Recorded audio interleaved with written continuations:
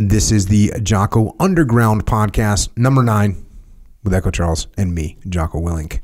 Good evening, Echo. Good evening. All right, so last episode we were talking about body language. Yeah. How to read it, how to make sure you aren't sending signals you don't want to send.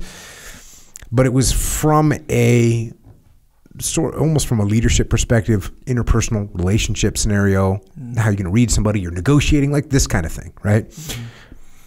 And as I started thinking about that, so going from that end of the spectrum, which is, hey, I'm trying to negotiate, conversate, whatever. I'm trying to communicate with you verbally. Go to the other end of the spectrum, and you end up in different situations, and from a very extremely overly simplistic view. There's all these different categories of people in the world, and there's 2 categories of people that we may or may not fall into at certain times that we should think about when it comes to body language, when it comes to posture, when it comes to perception, and that is predator and prey. What do criminals look for? So we don't want to be prey, obviously. Sure. What do criminals look for? And there was a quote in there: serial killer Ted Bundy admitted in a personal interview in 1985 that he could tell a victim by the way she walked down the street, the tilt of her head, the manner in which she carried herself.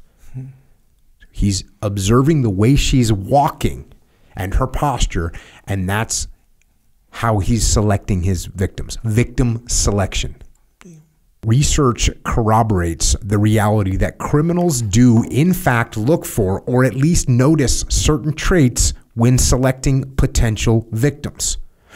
While nothing excuses crime, knowledge is power in the sense that that there are things we can do to protect ourselves when we're out alone. That ties back from just this extreme end of the spectrum of, hey, we don't want to be a victim. But it also, these same postures, these same physical presentations that we make of ourselves, they apply everywhere. Look, and we'll get to it. So from a leadership perspective, how we carry ourselves, the body language that we have, the way we walk, actually also has an impact. So there's an experiment, and this is another article that Dr. Patrick wrote about. It was called "Do You Walk Like a Victim?" So they did this experiment. They had 126 men who had been tested on something called the dark tetrad traits. Dark tetrad, so tetrad means group of 4. Here's the 4 traits. Psychopathology, which means you are antisocial and you lack a conscience. And look, I'm not a psychologist, but that's the general meaning. Machiavellianism, which means how calculating are you? How manipulative are you? Narcissism, how self-obsessed and egotistical are you? And then sadism, like how much do you like to hurt people? So you can see, if you're high in all those traits, you're not a good person. You got some issues. And obviously the higher you are on the scale, the more you're out as a predator.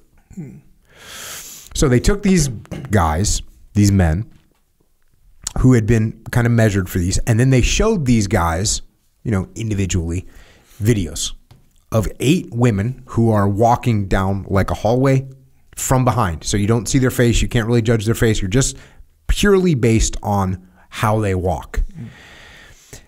And the question was, had the woman that you're seeing walk, has she been victimized in the last 5 years? So they watch a woman walk, and then they say, do you think that woman's been victimized in the last 5 years? Guess what? The guys that scored high in the dark tetrad, they could identify ones that had been victims. Damn. You shake your head because that's scary, isn't it? That is, yeah, very frightening, yes. It's disturbing. Yeah. Yeah, it's like people who score high on this, right? Some psycho. This is faceless. This is some psycho. Yeah, this is a psycho. Yeah. If you score really high on this, you got issues. Where they just know. Because let's face it, the person that got victimized knows they got victimized for sure, but they don't know that they're just basically wearing it with how they walk, like just advertising it. Like they don't know that they're doing that. Yeah, and that was one thing that I thought through. This is an interesting point, which wasn't covered in the article. If you get victimized, do you walk differently now? You see what I'm saying? So that could also be a secondary thing where you've been victimized, so now you walk differently, which is possible. Yeah, I would imagine so when you kind of think about it, yeah. But I guess maybe like your mind kind of goes to, shoot, what else am I just like showing to everybody? That's exactly right. In my head, you know? And here's what else is interesting is even though it's these people that have these dark characteristics about themselves, those people can read it more easily, but everyone can read it. That's what hit me. Is like no matter who you are, you can sense what attitude the person just by the way that they are walking. Based on their gait, their stride length, the way they shift their weight, how much your feet move laterally. There's all these little details. So there's that. And then there was the original article continued on. They did this where they took a group of prison inmates and they ran the experiment twice, but they showed these prison inmates who had been convicted of stranger assault, right? Not domestic violence, not I beat up my friend, not I met someone in a bar and got no fight, but stranger assault. We're assaulting somebody. And this is from simple assault all the way up to murder. And they had these tapes that they made of people walking through New York City.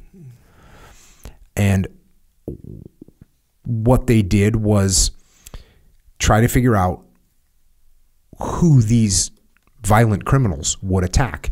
And there was a couple things. I like this one. The non-victims, people that the perpetrators would look at and say, I probably wouldn't assault that person. They had something that they called organized quality. So the person just looks organized.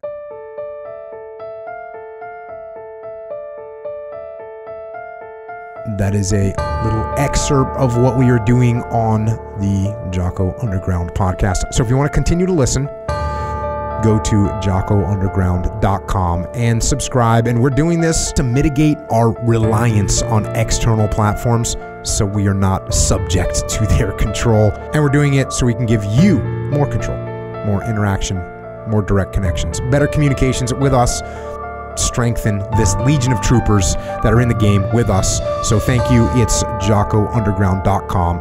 It costs $8.18 a month. And if you can't afford to support us, we can still support you. Just email assistance@jockounderground.com and we'll get you taken care of. Until then, we will see you mobilized underground.